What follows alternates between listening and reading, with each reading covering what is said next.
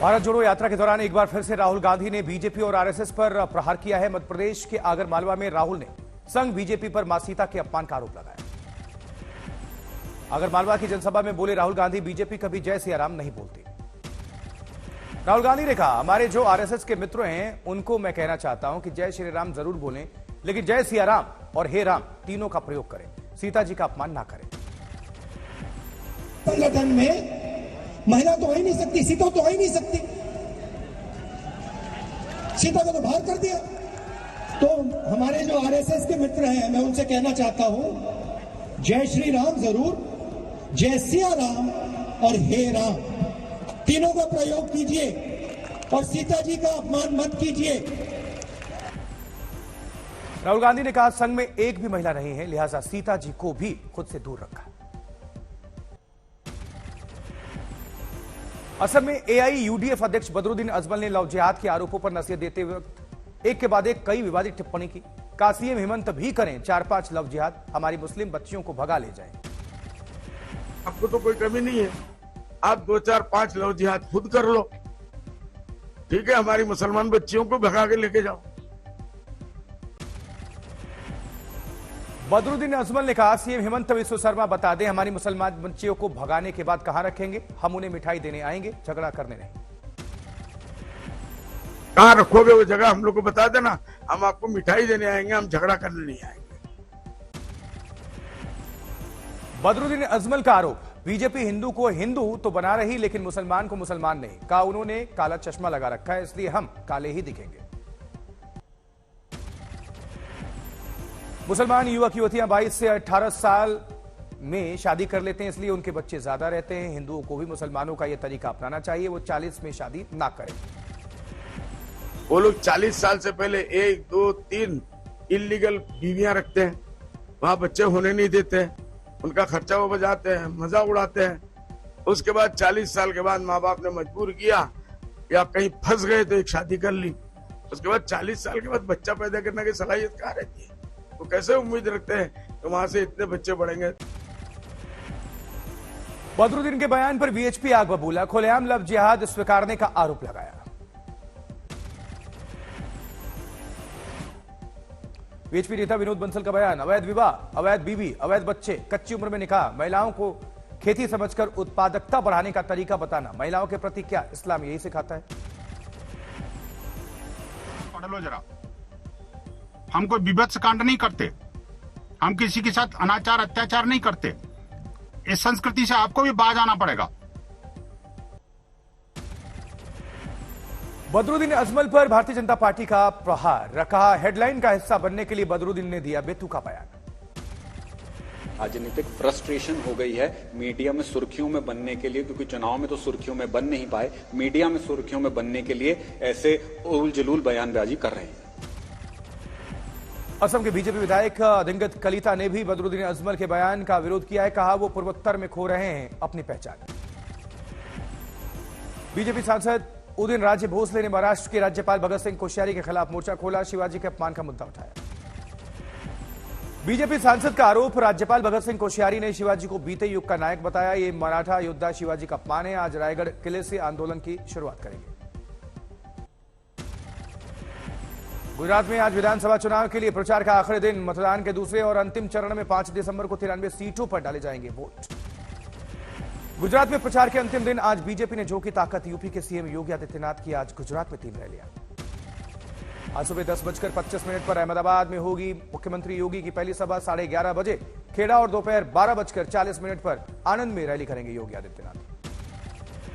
केंद्रीय मंत्री स्मृति ईरानी आज गुजरात में करेंगे 2 रोड शो, सुबह 10 बजे अरावली, दोपहर 1 बजे पाटन में होगा स्मृति का रोड शो।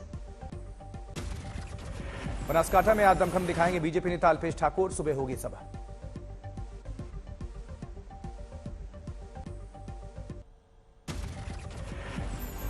अभिनेता मनोज जोशी भी आज गुजरात में करेंगे बीजेपी का प्रचार, सुबह अहमदाबाद में करेंगे रोड शो। विपक्ष ने भी आज गुजरात के प्रचार में झोंकी ताकत, आम आदमी पार्टी के नेता और पंजाब के सीएम भगवंत मान दोहोद में 4 रोड शो करेंगे, सुबह 10 बजे गरबाड़ा से करेंगे शुरुआत। वहीं गुजरात चुनाव में कल प्रधानमंत्री मोदी ने किया अपना आखिरी प्रचार, पीएम मोदी ने की कुल 31 रैलियां और 3 बड़े रोड शो।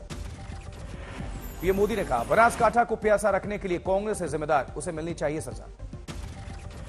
प्रधानमंत्री मोदी ने कहा, कांग्रेस ने सरदार सरोवर बांध के निर्माण में डाली बाधा, अटकाना लटकाना और भटकाने में है कांग्रेस का भरोसा। गुजरात में कल लगातार दूसरे दिन प्रधानमंत्री मोदी का मेगा रोड शो, अहमदाबाद में 10 किलोमीटर लंबी यात्रा। मां भद्रकाली के दर्शन करने पहुंचे प्रधानमंत्री मोदी, पूजा कार्यक्रम में हिस्सा लिया। अंबेडकर को प्रधानमंत्री मोदी ने नमन किया, प्रतिमा पर पुष्प अर्पित किए। गुजरात में एक बार फिर सरकार बनाने की प्रधानमंत्री मोदी ने भरी हुंकार, कांग्रेस पर गालियों को लेकर किया पलटवार। पीएम का कांग्रेस पर तंज, कहा वो 2G घोटाला लेकर आए, हम 5G लाए। कांग्रेस अध्यक्ष मल्लिकार्जुन खड़गे का भारतीय जनता पार्टी पर बड़ा आरोप, कहा गुजरात में रिक्त पदों पर नहीं भर रही है बीजेपी, क्योंकि 50% पद ओबीसी, एससी और एसटी के खाली हैं। अरावली में रैली के दौरान मल्लिकार्जुन खड़गे ने गुजरात में 5 लाख पद रिक्त होने का हवाला दिया। कांग्रेस का आरोप है, बेरोजगारों को स्थायी नौकरी देने के बजाय बीजेपी का ठेके पर भर्ती में है भरोसा। पीएम मोदी पर कांग्रेस के एक और नेता का विवादित बयान, पूर्व सांसद उगुप्पा ने प्रधानमंत्री मोदी को बताया आधुनिक भस्मासुर। ಅರೆ ಆ ಮಕ್ಕಳ ಭವಿಷ್ಯದ ಮೇಲೆ ಈ ರೀತಿ ಮಾಡ್ತಾರೆ ಅಂತ ಹೇಳಿದ್ರೆ ನಾನು ಅನೇಕ ಸಾರಿ ಹೇಳ್ತಾ ಇರ್ತೀನಿ, ಮೋದಿ ಒಂದು ರೀತಿಯಲ್ಲಿ ಆಧುನಿಕ ಭಸ್ಮಾಸುರರು ಅಂತ ಹೇಳಿ।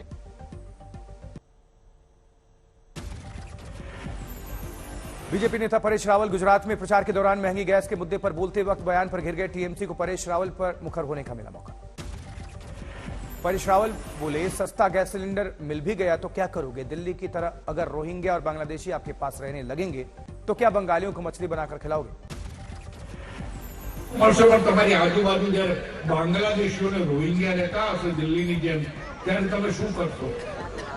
આ ગેસના બાટલામાં તમે શું પેલા બંગાળીઓની ફિશ પકાવશો? શું કરશો તમે? परेश रावल के बंगालियों को मछली खिलाने वाली बात का टीएमसी ने किया विरोध। ममता के मंत्री डॉक्टर शशि पांजा ने बंगाल को नीचा दिखाने का आरोप लगाया। महंगाई पर बीजेपी को बताया संवेदनहीन। लेफ्ट ने भी परेश रावल के खिलाफ खोला मोर्चा। सीपीएम नेता मोहम्मद सलीम ने परेश के खिलाफ दर्ज कराई एफआईआर। मोहम्मद सलीम ने कहा, परेश रावल के बयान से भड़क सकती है हिंसा, दूसरी जगहों पर रह रहे बंगालियों को बनाया जा सकता निशाना। कोलकाता में बांग्ला फोको संगठन ने किया परेश रावल का विरोध, लहराए तरह तरह के प्ले कार्ड। प्रदर्शन के दौरान परेश रावल को अंतिम भोज देते हुए परोसी मछली। बयान पर विवाद बढ़ता देख परेश रावल ने माफी मांगी। सफाई में कहा, बंगालियों से मेरा मतलब बांग्लादेश से था, निशाने पर रोहिंग्या और बांग्लादेशी थे। शुक्रवार को थम गया एमसीडी के चुनाव प्रचार का अभियान, कल है मतदान। 4 दिसंबर को एमसीडी चुनाव में सभी 25 वार्ड्स पर होगी वोटिंग। आम आदमी पार्टी और बीजेपी के बीच मानी जा रही है सीधी टक्कर।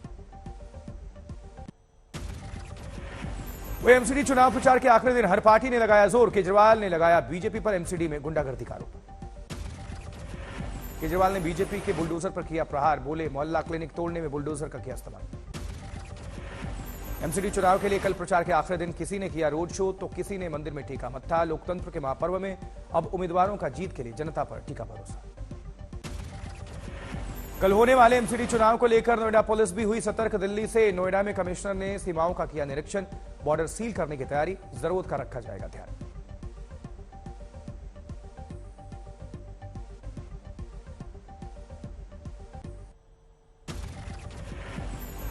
दिल्ली के शराब नीति घोटाले में सीबीआई ने तेलंगाना के मुख्यमंत्री केसीआर की बेटी कविता कलवन कुंथला को जारी किया समन। 6 दिसंबर को पूछताछ के लिए तलब किया।